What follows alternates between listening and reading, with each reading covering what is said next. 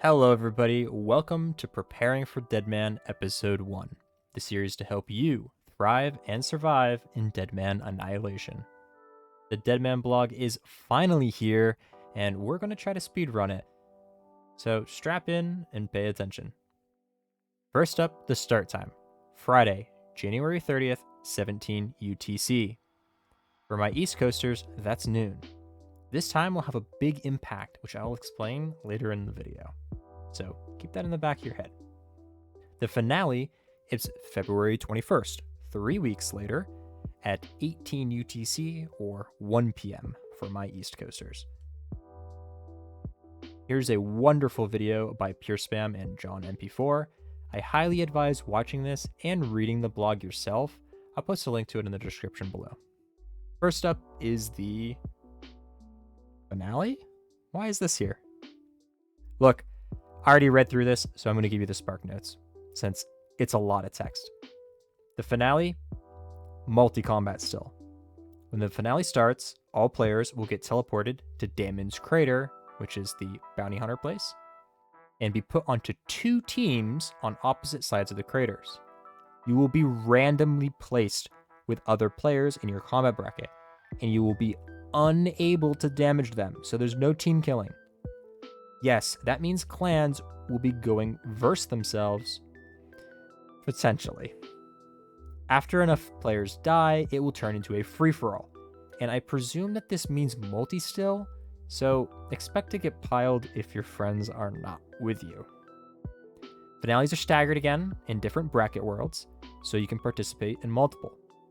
Speaking of bracket worlds, I'm going to show this on the screen now, as Jagex kind of forgot to put the bracket world in the blog, so here are the bracket worlds. Prize pool. None. Yeah, none. 0. Zip. No monetary prize pool at all. I know this will upset a lot of people who love clanning in Deadman, but to me, I think this is worth the try for this seasonal specifically. And I hope the finals are not spite DDoSed. I'd love to see some type of prizes, maybe being bond rewards or cup trophies, something for the players, but it's no surprise when money is on the line, shady stuff happens. Alright, scrolling down, we have the points, the important part, the holy grail. This is what we want. We want front page, we want all the points. Here we go. This is just an image, guys, so I'm going to skip over this. Take a screenshot if you want, but more importantly, just open the blog and read along if you want. Breaches. 1 point per damage to breach NPCs. Very straightforward. Points are capped at 5,000 per day, meaning once you hit 5,000, you don't get any more points that day. Unless you missed a day, because these points are cumulative. So let's say you don't log in the very first day of Deadman. You missed your 5k points. Darn. Well, the next day, your cap is now 10,000 instead of 5,000. Let's say you magically do 10,000 damage, which is a lot, by the way, and you cap both days. Well, your new cap for the third day is now 5,000. So if you miss days, it's not a big deal. There's no FOMO. You'll be able to get your points. However, the total cap is 75,000. This means it's 15 days worth of point caps or max breach points. I know this doesn't matter for everybody, and keep this number in mind as well, because I'll mention it again later when we talk about rewards. Levels. 1 to 49 is 5, 50 to 99 is 10, 99 is 300 points bonus. Now, this is about 1,000 points-ish for a 99, so keep that in mind. You have combat stats, 6 of them, that are very easy to train and very AFK to train. That's 6,000 points right there. Collection log, 10 points per new collection log entry. This is completely new with the Deadman, and honestly, this might be pretty good points with clues. I'm not sure if clues are boosted rates like the uniques in them. I don't think they are, but with the sigil, which I'll throw on screen now, this is quite powerful and clues are very easy to do. However, you can't infinitely do them. They are capped at 100 per tier. So expect some decent clues being completed by me in a future video, because I think the points here are quite good. Achievement diaries and combat achievements. Nothing too crazy here, except the fact there's no bonus anymore for achievements or combat achievements. I'll put on screen the Deadman Armageddon bonus points, and this is actually a massive difference. There's a lot less points coming from achievement diaries and combat achievements this time around. So if you did a bunch of this last time, well, maybe you don't have to go get your 5 all rolls at BA or get a gout tuber this time. Boss kills. Boss kills, boss kills, boss kills. This is where it all comes down to. You get 5 times for your very first kill, meaning if you kill Abyssal Slayer 1 time, you will get 100 points instead of 20. And the 100 cap is back. Just like clues, you can't kill a boss 101 times for extra points. You have to stop. I mean, you don't have to stop at 100, but you're not going to get any points after 100. So there won't be anybody sitting at Scorpia for 5,000 KC this time around. Yeah. I'm going to skip through pretty much all of these bosses. I'm going to end up putting this into a spreadsheet, which I'll probably share in a future video or in my route document. But I'm going to take the time and kind of calculate which bosses are good, which bosses are bad. But I'm going to highlight a few right now. Mainly being Barrows. 30 points is actually really good, guys. For Barrows, Barrows is extremely safe if you're not a veteran of Deadman mode. And it's also good money. Barrows gear sells for quite a bit early on, even pretty late into Deadman, and honestly, this is good points. This is 3,000 points by itself if you do all 100, and 100 Barrows isn't hard to do, so keep that in mind. I'm going to have to say, I'm pretty sad about Doom being so low points. 7 points for reaching wave 8 and 7 points for each wave completed. I'm assuming these are 2 separate ones, so this will come out to a total of 1,400 points, but man, that's kind of really low. It's kind of shitty, I'm not gonna lie. Like, for reference, Awakened bosses are 35 points and Barrows are 30, so take that as you will. Next is 5 points. It's pretty bad. You'll be able to mass it. I will highlight Entry Mode Tob and Entry Mode Tombs are both 100 points, and there's a normal and a hard mode. So if you want, you could go to Tombs and sit there for 300 raids KC. 100 entry, 100 normal, and 100 expert. And you'll walk away with a pretty hefty amount of points. I don't know the math off the top of my head. I didn't pre-record this, but I'm going to guess this is probably 5k points, more, 6k, something like that. I don't know. You do the math for me. Tell me how bad I was. All right, moving on. I think it's Breaches next. Kind of just scrolling through some stuff. Actually, I'll talk about Breaches now because Jagex forgot another thing in their video. Well, sorry, not their video. They forgot it in their blog. They don't actually mention when the breaches occur. I specifically asked Mon Goblin on the Reddit when the breaches were, and he confirmed that they are the breach times from last Deadman. I'll put them on screen now. Remember how I said the 17 UTC start will come back? Yeah, well, it's here. Instead of being 3 hours for the first breach, it's now 2 hours for the first breach. And that might not seem like that big of a deal now, but when we get to the quest unlocks, yeah, you'll see. Just wait. You'll see. Speaking of unlocks, shop unlocks. Sigils have changed. They're not RNG anymore. You buy them all from the shop. How do you get shop points? Well, every point you earn from bossing, clues, whatever, you also get a skull point. It's a 1-to-1 ratio, and if you spend them in Deadman, you don't lose them in the main game. So you get 200,000, which is a lot, in Deadman.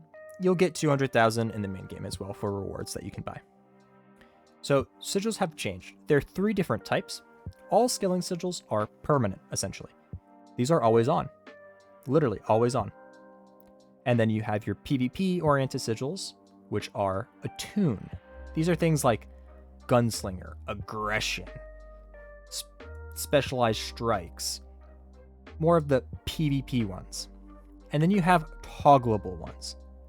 These are like your Slayer relic that you turn on and off for the Expeditious or Slaughter bracelet, or that relic that you would chop a tree and get a plank out of it with some money in your inventory. Those ones you toggle on and off. The toggleable ones are also permanent. So, ton of permanent ones, not that many attunes, but all of the prices are in this blog, and I'll also link a spreadsheet which might be more readable. But I'll highlight some notable ones here.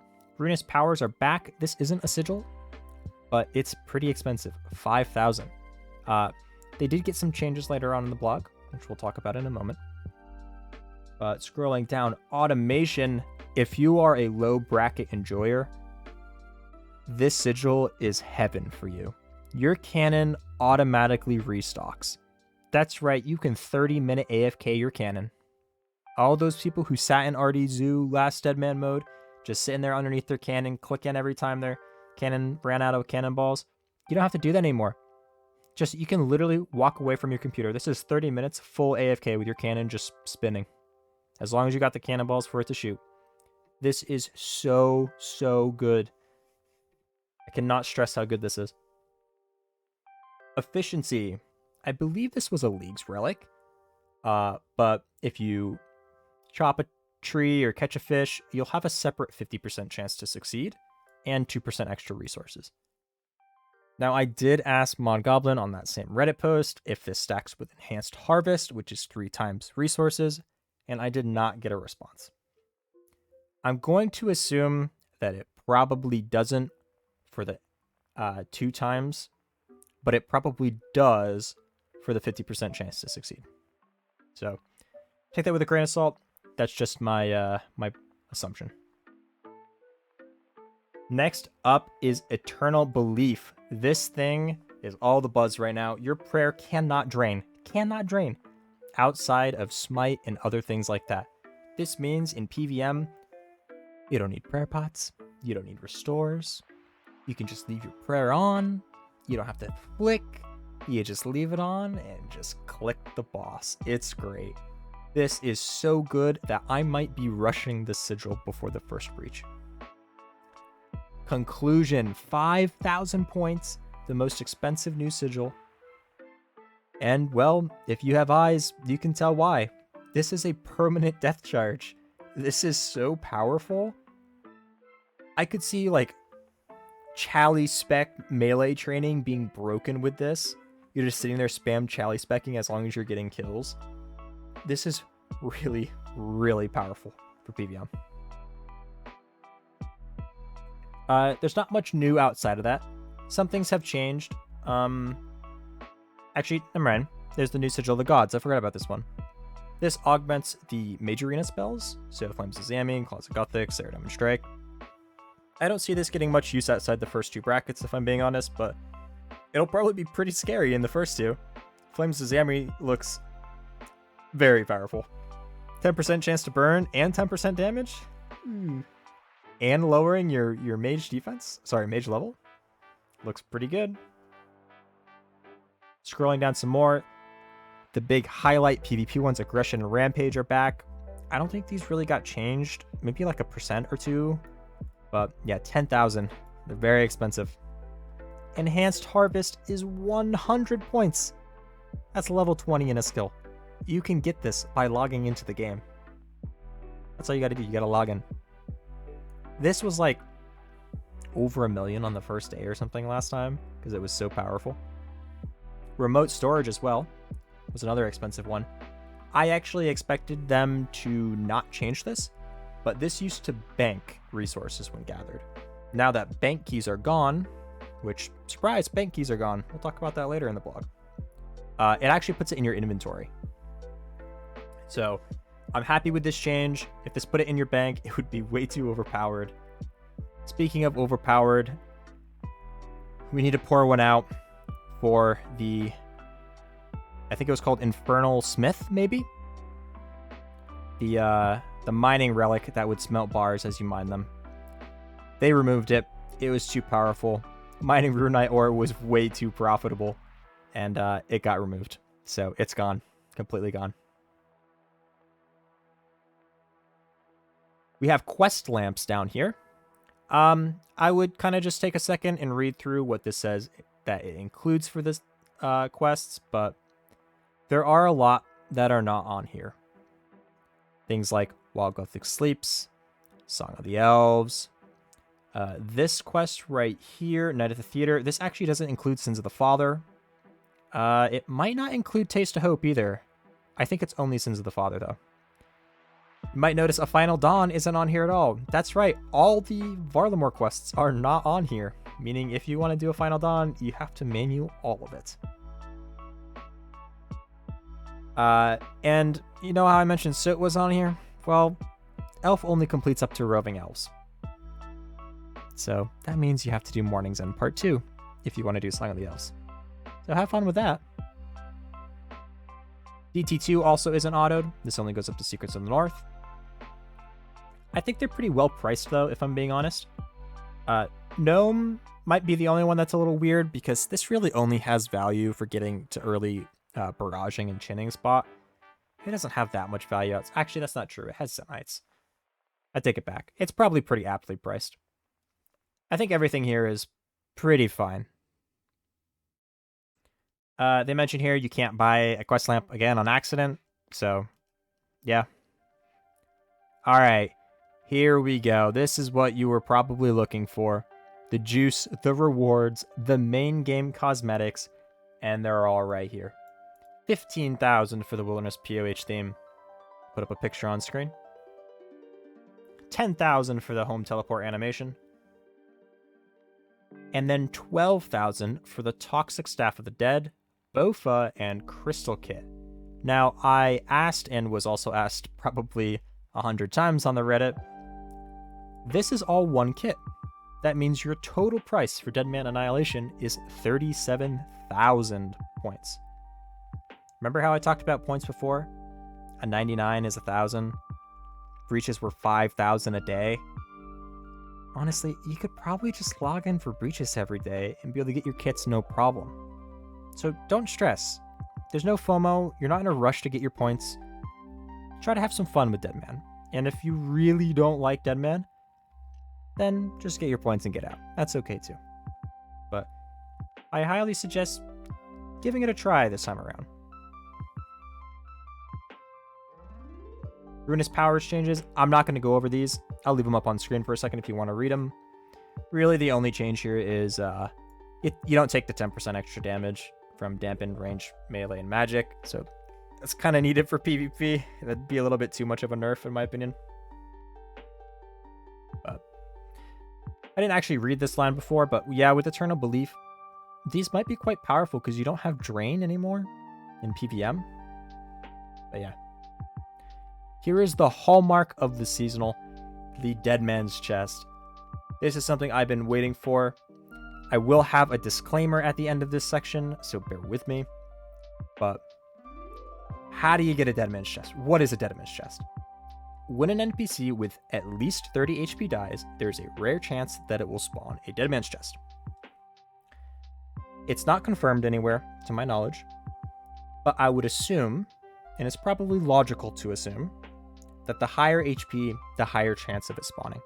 So something with 200 HP probably has a higher chance of spawning than something with 30 HP. Singles, 60 seconds to open. Multi, 30 seconds to open. An enemy spawns. You'll probably have to kill this. This is an NPC. They leaked it in the video. I'm not going to spoil it, but watch the video if you want the NPC name. They cannot spawn in instances. And let's say they spawned at Scurious. They wouldn't spawn in the Scurious arena. They would spawn outside the arena. So you might spawn a chest. I don't know what happens. It probably puts a chat message. You must risk 100,000 GP to open the chest. I'll be honest, I think this only matters the first day. I think gold's going to be plentiful this Deadman. This won't matter like day 2 or day 3.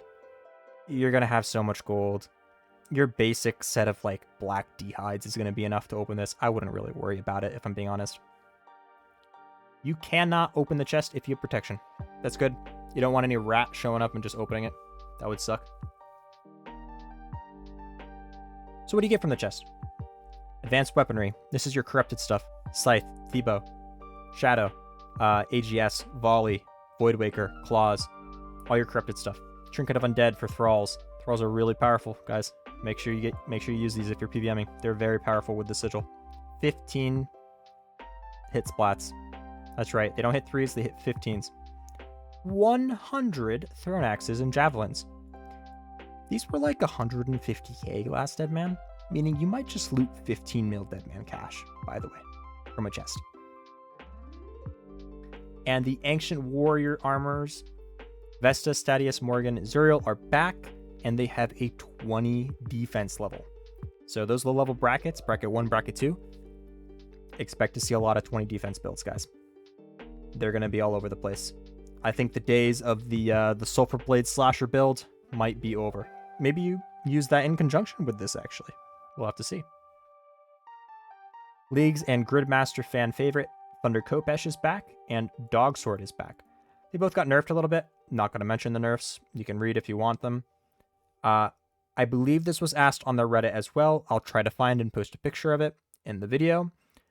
But these are both 60 attack. Scrolling down. Okay, other gameplay changes. I'll probably read the most out of this section because this is just like 50 bullet points of useful information. Rev Caves. They have drawn a line in the sand. North side, multi. South side, singles plus. So multi-caves are back. If you're a multi-clanner, this is probably Christmas for you. Multi-revs has been both the best and worst gameplay I've ever had. So, excited to participate in some of that. Also, that's only for Deadman Annihilation. That's not the main game. So, don't freak out. And here's the nightmare. Anyone who's routing is probably having an existential crisis right now, because the following quests are auto-completed. I'm not going to read them all. I'm just going to highlight a couple. I got to scroll down because there's a lot. Grand Tree, Tree Gnome Village, Waterfall. The Holy Trinity Gnome Star is dead. You don't get the XP for these. Dead. Witch's House, dead. Monkey Madness 1, dead. You can't claim Darrow's training with this. If you complete MM2 through Lamp, you can't complete the training from the guy on the hill. Is it Kruk? No. Whatever the ninja monkey is. You can't get any XP for any of these quests. And not having Grand Tree, Tree Gnome Village, and Waterfall, and Witch's House to boost your combat level at the start, this will actually be kind of difficult for people to get out of the first bracket in the first hour. I don't think you'll see a single person in bracket 3 for the first breach, unless they sat at Scurious and they got spoon-fed gear. Unfortunately, this means X marks the spot is also off the list. This was essentially a free level 16 in any skill. This hurt my ult plans quite a bit, but hey, that's the way it is. PvP, max hit, 85, except Darok. I don't know what hits higher than 85. Maybe max melee Voidwaker with like aggression and stuff probably hit higher. So that doesn't happen anymore. You can resize spell icons. Private God Wars are disabled. And kill count is permanent. This is really nice. You only need 40 kill count ever. When you're done with the tutorial, you can start in any of these spots. Varrock, Lumbridge, East Arty, Gnome, Stronghold, and Koran Castle. This is the same as other Deadmans, but just thought I'd mention it here in case there's someone new. When you first log in, you'll get all of these items in your inventory, except these 30 tuna, which end up in your bank. So you get 12 tuna, a Chronicle with 10 teleports, a looting bag, an early cape with some bonuses, starter weapons and body armor, and legs, and a Drayman staff. All your tutorial island stuff will be in your bank. That means your hammer, your pot, your runes, your shrimp, all that stuff will be in your bank. So you don't lose it, it's just in your bank. The Globo loot table has been changed. It drops God, D'hide bodies and traps, and mystic sets. So that's actually pretty nice for people constantly hitting this. Nothing too crazy here other than the ancient staves. If you're a Deadman veteran, you'll know that these are actually quite expensive, especially early on in Deadman, because you can only buy one from the guy in the desert. these would usually go between 350 and 500k. Now, they'll probably be a little bit more tame. I would guess probably 100 to 200. But yeah, you can at least get them more frequently now. You can hit a rarer table, which has the Ancient Warrior Armor, Master Wand, and Mage's Book. So that's pretty cool. Some useless stuff, you can read it if you want. The monkeys. The goddamn monkeys. Maniacal monkeys in the tunnels, unlocked during Monkey Madness 2, have had the rate at which they provide supply drops reduced. Honestly, I'm gonna flame Jagex on this one. They have nerfed these monkeys legitimately every single Deadman, and these monkeys have been OP every single Deadman. These monkeys are going to be OP this Deadman. I don't believe Jagex. They've always been OP. They've always been overpowered. I hate these monkeys. And you should hate them too. Except while you're bursting and barraging and chinning there, because they're the best XP in the game. Scaling supply drops. 1 in 1,000 instead of 1 in 500. So if you're just scaling, you're going to hit the supply drops a lot less. Bank keys are gone. Done. Gone. You die, you lose what's in your inventory. That's it. This is the most Care Bear Deadman ever, and you should try it. I'm not going to read through all the tiers, but bronze is 200k or less. I will make a note here. When you're at a breach and you're looting items, your skull value is going to go up. So try to be cognizant of that. If you get a big ticket item, get out instantly. You probably would have done that anyways, but stuff like tier 5 emblems might jump the price of this, of your skull, quite a bit. We don't know how much it jumps right now from like a tier 5. So I'm just saying, if I see someone with a green skull at a breach, I might be clicking on them. So keep that in the back of your mind when you're picking up loot at a breach. Quest items can be obtained from the tutors, except the one-time things like Crystal Shield, Crystal Bow, they can only be claimed once. Starter packs no longer give a free sigil because you buy them. Instead, you'll be granted some points. Now, I asked Goblin about this as well, and I'll put it on screen. He thinks it's about 190 points per day, which isn't the greatest, but hey, it's something. You can still pick one of the starting sigils: Formidable Fighter, Ruthless Ranger, Menacing Mage. This is essentially, hey, here's 500 points. Starter packs no longer give 5,000 GP. This is a thorn in my side. This actually ruined a lot of plans of mine. I'm not gonna lie. So I now have to do the Stronghold on 2 of my ults. So keep that in mind. You don't get 5,000 free gold anymore. Some stuff like Mage Autocast, you remember. It'll tell you how long you have on your PJ timer. Speaking of the PJ timer, 24 ticks. This is so safe, guys. You should not be getting passed around by teams. This is essentially, you hit the freeze, you line of sight, you get the teleport or log out, and you're good. 24 ticks is a long time. You can enter raids in combat, that's a big one. This is another big one. You cannot go into raid areas like chambers, tombs, TOB with low risk. They don't clarify what this is. I'm going to guess it's Bronze Skull. So I think you need 200k or higher, meaning you can't scout and you can't rag at raids anymore. We'll see how good that is. God books are auto-completed. This means when you use a fairy ring on day 1, redirect that to the lighthouse, go inside, and get a Zami book, because that is +8 to all of your attack styles, and it is completely free. You're welcome. Arceus Library is closed. I hate this place. I'm happy it's closed. Ancient Scepter added to Emblem Trader. This is awesome. This is a good weapon. This is a powerful weapon. And it's added to the Emblem Trader. So now, all those tier 5s you get at breaches, you actually have something to spend on. Speaking of spending on them, you can't Kalos anymore. This was pretty abusable, and it was a funny interaction that this was like the best way to spend your Deadman points, but you can't do it anymore. Default respawn is Grand Exchange. XP can be gained inside of an instance at a 3x rate. So you can't sit in an instance all day and farm your XP up. I mean, you can, it's just at a much lower rate. So at least you get a little bit. Nothing too crazy here for the low-level bracket enjoyers. No HP requirement on Zenites, Confliction, or Rancor. This was actually my biggest concern for the entire blog. For the entire seasonal mode, if I'm being honest. With knowing about the removal of bank keys, I had the thought, well, what if I go to a bank and I deposit my equipped items in my inventory? They just kill me and get nothing. Well, according to this line right here, in this other section that isn't very, highlighted in the blog, you can't do that. So good on Jagex for catching that. Also, there's no delay after banking, meaning if you open the bank, you can instantly eat a food and you won't be sitting there waiting for some weird delay to go by before you can actually eat your food. And a horrible twist of fate, they nerfed one of my videos. Yep.